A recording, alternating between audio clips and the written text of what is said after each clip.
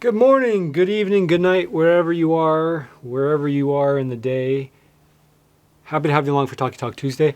This one's going to be pretty cool. It's going to be actually a two-parter. So it's going to be Talkie Talk Tuesday and it's going to be a Talkie Talk Wednesday.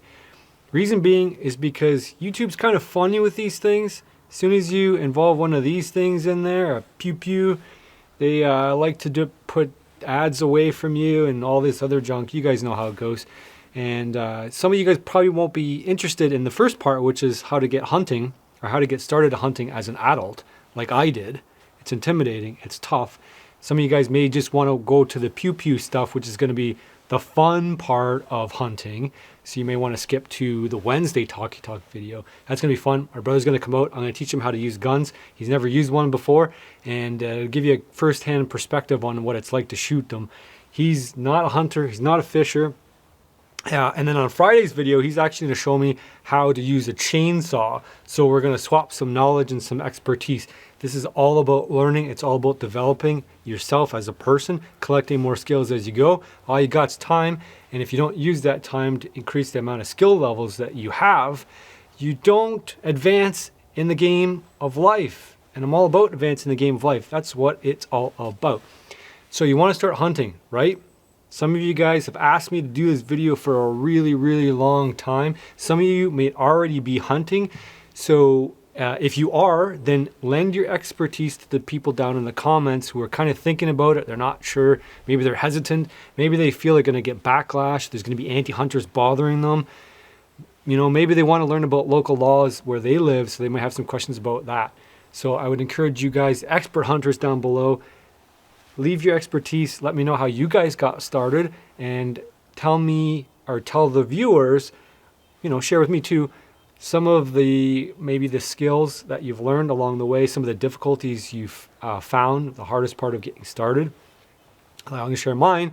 I want you guys to share yours. So I didn't actually start hunting till I was 16, really, on my own. I hunted a little bit with my dad growing up. He was not a big hunter at all. My grandfather was apparently a big hunter, but I never hunted with him. Probably was too old to teach me how to do it at the time. You know, I get the right gap, because you have to be a certain age to start hunting. Every area is different. You need to look into your local laws. Here, I think you can start at, don't quote me on it, but I think it's 12 as an apprentice, 12, 13, 14 as an apprentice. I forget the range, but you can get started a little bit earlier. On your own, it's 16. I know that for a fact because that's when I went out and got it and did it on my own completely. My parents were separated at the time, so it was basically on my shoulders. So what I wanted to do is I wanted to go grouse hunting. That's what my dad took me. I don't think we ever shot anything, funnily enough. He took me out maybe 3 times for basically walks in the woods, try to shoot a grouse.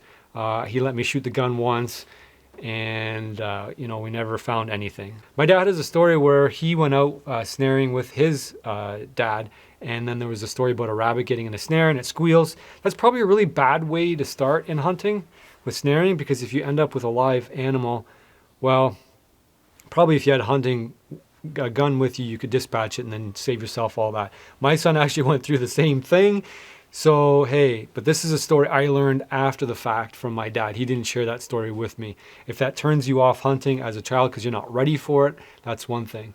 Historically, if kids hunted, I don't know. I mean, that's something to look into. Way back when, prehistoric times, if people went out hunting with the tribe, they probably had to go through certain steps and be ready for it emotionally, because it is an emotional journey. That's one thing you should be prepared for. So the first thing is find out what age you need to be if you're a kid out there watching. Next thing is to find out what courses you need to qualify for and pass before you're allowed to go hunting. In Canada here, we have a hunter safety course. That's a 1-week course, and then we have a gun safety course. I would advise you take them both at the same time, because otherwise you're going to do it in a 2-step. I did it a 2-step because I had never intended to hunt with a gun when I started. I always wanted to do just bow, and that's basically how I started with Jeremy, actually, incidentally. One wildcrafter, he took me out, we went out, we both got into it a little bit, and after a while we kind of stopped doing it, and that's kind of how things go. So I started off with small game hunting back when I was 16. I did have fun, walked around with a bow for days on end just to get that one opportunity for that one grouse that would just sit long enough for you to get a shot off. I ended up with like 2 over 2 years, and I hunted a lot. You guys know how obsessed I can get with things and how driven I can be when I have a goal for myself. And then I kind of let go of it because I went to school after that, and so hey, there wasn't much to do. There's no small game, or very little small game except for squirrels around here, but I didn't have the land, it was busy, etc. So then I decided I just wanted to get a deer. That was a big thing. There's a lot of deer around here. Well, there used to be a lot of deer. Now it's just about as challenging as what it started the first time. I didn't know what I was doing. I needed land. You need land when you need to hunt. So you have to figure out if you're going to have any land that's accessible to you. Thankfully, there's a lot of state land in the U.S., public lands, you guys call it. Here we call it crown land. That's up north. But around here, it's all private land. It's all owned, completely locked up. There's a few small parcels where you can do some crown land hunting in the south of Ontario. But north, it's all crown land, which is good. So you can do deer, bear, some turkey up there, more turkey here, etc. There's different species available to different people all over the country. So it would be pretty silly for me to go through it. But to suggest you should start off with small. Small game is the way to go. Do not hesitate on going for squirrels, grouse, small game, grouse. Crow is a good way to start because there's so many of them and you can set up in like 2 minutes, get your hunt over with. Waterfowl is a good one, but it's expensive because you need decoys. Big game is something that's going to take a lot of dedication, but if you have a lot of deer around where you live, that might be a good place to start. It's mostly sitting and waiting for things to happen. To get started with deer is I started knocking on doors. And I set an objective for myself was I would hit on 20 to 40 doors in a day. I would just pick a spot on a map that was fairly reasonable driving distance out of the city, out of the way, not on the main highway, a side street, dirt road or whatever, and then something that kind of looked promising with enough woods. Woods is a limiting factor around here. It's a lot of farmland, so if you can find a good wood lot, there's going to be deer on it to some degree, better than others. A lot of the land up here is tied up with hunters already. Thankfully, the landowners, the farmers, do not charge us for access to the land, so they don't require a lease. That may be something that you have to look into, so you may need to get in with some other partners who can afford a lease to get started. So I set myself up to hear a bunch of no's, and I ran into a lot of people, knocking on the doors, randomly knocking on doors. At first I left notes in mailboxes, but of course nobody's going to call you back to just voluntarily give it to you. You got to make the effort. So sometimes you go in and they say no right away, and you say, well, listen, how about I come back in a week or two and see if you've changed your mind. Sometimes people are open to that. So if you can feel them out and they seem kind of hesitant on giving you permission, give them some time, come back, shows you're dedicated.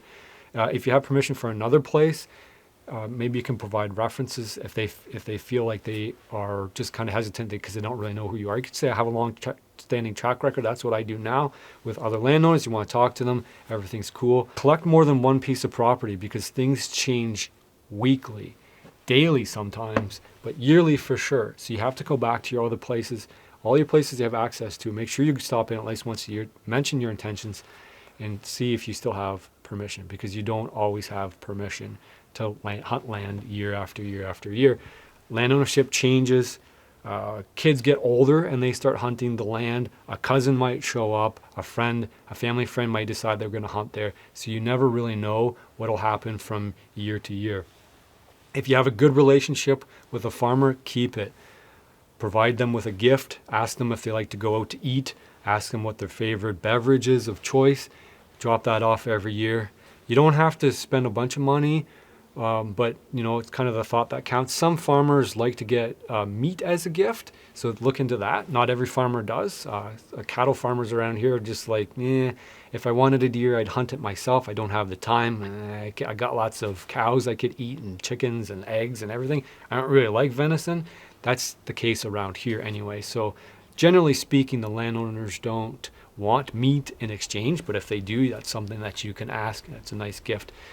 Most of the time, these farmers just don't have the time to go out themselves to do it. And they also want people to manage their lands. So they already know that. You don't have to say that.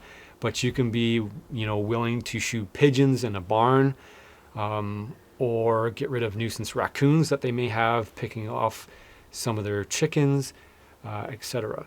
Those are some other services you can do. But it's not a big pitch for a lot of owners that I find anyway. More it's like the personal relationship that you develop with them, and you stop in every year, you share your life with them, you ask how they're doing, you shoot the poop.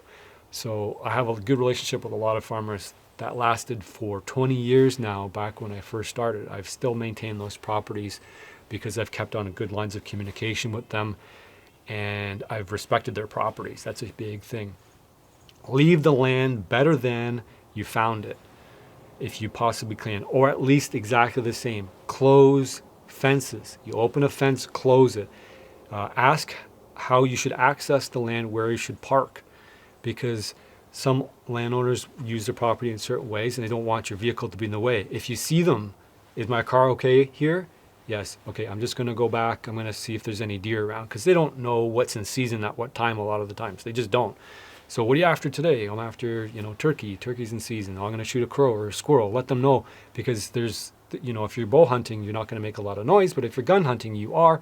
And if you're making a big racket in the back 40, they want to know if you're just out shooting target or whatever. So that's a good thing to keep in mind as well.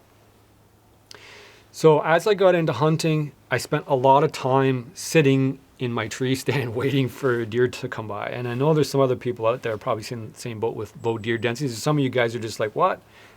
First day I go out, I shoot a deer. And you count yourself fortunate, because for me, it was I think it was 2 full years. I think I got a deer on the second full year, December. It's a 3-month season, and I was out a lot, like every day, because I was obsessed with it. So it's a lot of learning about the habits of the animals you're pursuing. Every animal is different, which makes it fun, because every animal has different habits. Now you're thinking probably squirrel hunting is the easiest thing in the world. So add it too, because you're in the city or whatever, you're looking out your window, there's a squirrel running by on the wire, there's one in your backyard, they're all over the place. Well, these are city squirrels. Country squirrels are different. They understand that they're hunted. So you walk through the forest and you make a lot of noise, you don't see any squirrels. In fact, I see no squirrels here right now. I had a red squirrel chattering at me when I first got here, but I couldn't find it. Red squirrels are, not legal to hunt for me. It's probably why they stand out in the open and chatter at you. The grays and the black squirrels will duck around the backside of a tree and you'll never see them. Although you see a lot tree stand hunting for deer, so I probably should just squirrel hunt instead and just sit in the tree stand and wait for the squirrels to come by. So Jeremy came here, he was surprised by how many squirrels we have. It's literally all the time, but you don't see them when you walk around. So that was a big learning curve for me, because I spent a whole day walking around and got to run into a squirrel eventually. It turns out it's better to just sit and wait. Same for deer. And there's different tactics you'll want to look into as far as how you want to hunt deer. Maybe you want to use a crossbow, maybe you want to use a bow, maybe you want to develop some slingshot skills, and so you're going to be looking at rabbits, maybe if you can find some that will cooperate, cottontail, and then squirrel. Squirrel's a big one. That would work really well here. And there's some other animal species like grouse. If you go up north, they'll sometimes sit and wait if you go up far enough. It's always a cool skill to learn. You can learn crossbows, really easy entry point, because it's kind of like aim, pull trigger. They're super accurate. I would recommend an Excalibur crossbow. It's a Canadian-made crossbow. Those bows maintain their value. They'll be worth just about as much as you pay for them, and they are super durable and they're super accurate. And there's hardly any adjustments. They don't have cams. It's just a straight-out bow, Canadian-made company. So I can't recommend that one enough. As far as guns, I'll talk about those in the next video with Kevin. So after you get permission and you start hunting, you start learning about the animals. That's pretty much the biggest part, aside from learning your weapons and then developing your skill surrounding the animal. So what you need to do, what I would highly recommend you guys join a local hunting forum. So just Google search it. That's a really good way to share information with people. They're not going to give you hunting spots. So don't go there, hey, I'm looking to hunt. Can I hunt your land? Don't do that. People have limited places to hunt already. Do not encroach on somebody else's hunting spots. Don't. If you start hunting with a friend, don't cut them out of the picture. Keep them welcome on the land too. And don't try to push other hunters around, because that just ends up in a big conflict. And that happens more times than I would like to admit, where people they're immobile are in their thought process, and this is their land. Anybody encroaches on it, they get angry. You're going to run into other hunters when you're out there. Be polite with them. Ask them questions. Lead with questions. What are you out here looking for? Whose land are you on? Presume that they have the right to be there until you find out that they don't. If they're a trespasser, just be polite with them. Say, I'm hunting here. Maybe you want to pick someplace else to go because I'm going to be out here a lot. I'm protecting the landowners from trespassing, so I'm an advocate of the land. And if you have any questions, come and ask me. But this is where I hunt. So don't get pushed around out there either. There are some hunters who will tell you that you don't belong there, hunting land that you already have rights to. So know where the property boundaries are on the land that you're hunting. That's super important. And know if somebody else is on the land. And if they are, make sure that they see you. Call out to them from a distance. Don't sneak up on them. Make sure you're visible, because remember, they're probably carrying a weapon. Gun safety is something that it will be big on your hunting course, more so than anything else. Like learning about habits of animals is something that you're going to do on your own. But gun safety, hunting safety is really the main part of the course. So you do want to make sure that you're always participating in gun safety. So after I got really good at hunting deer, of course, it's one style of hunting. You sit in the tree stand for a long period of time. You wait for an animal to come by. You hopefully get a shot opportunity. That's deer hunting to me. To some other people, it might do deer drives. That would be fun with guns and a group of people. You can use dogs to chase deer. This is all different styles. It never gets boring. Crow hunting is a fun thing. You'll need a crow collar. You can use a mouth crow collar. It's a pretty simple way. They're tricky. You need full camo. So look into that for some of the big game. And for deer, you probably want full camo. For turkey, 100% you need full camo. Turkey is a whole nother ball of wax because you got to learn how to call them. So that's a big thing too. So there's lots of other YouTube channels that cover calling and videos. So you can look into those. I'm not going to teach you how to call turkey, but it's really fun to communicate with turkeys and to bring them in and pretend that you're, a female, and so you're in the mating process. You get to call back to them. There's calls for deer too, but people will say that they're effective in certain places, certain times. You got the grunt tubes and all that stuff. You'll learn that as you go. Don't be afraid to make any mistakes, because really, as far as I am concerned, animals kind of have a long-term memory, but they're also kind of really stupid. So you might hunt a turkey one day and mess your turkey hunt up, but you can come back the next day and everything kind of refreshes. It's like it's a fresh start. A turkey forgets what happened the day before, and then it might be in a different mood. It's fired up. It's got testosterone going. It's looking to breed, and it's caution to the wind. Same as fishing. Some days fishing, the fish are on, they're biting, they're aggressive, and other days you just can't figure them out for anything. So that's the real key, is to keep persistent with it, not give up, and keep trying new things, and never count yourself out. So I'll leave it there, and then we're going to jump into the next video. That'll come out tomorrow. Kevin's going to shoot some guns with me, and we'll see if you guys enjoy that part of it. So that's kind of the second part of this Talkie Talk Tuesday video, which will come out tomorrow. I'll talk to you then.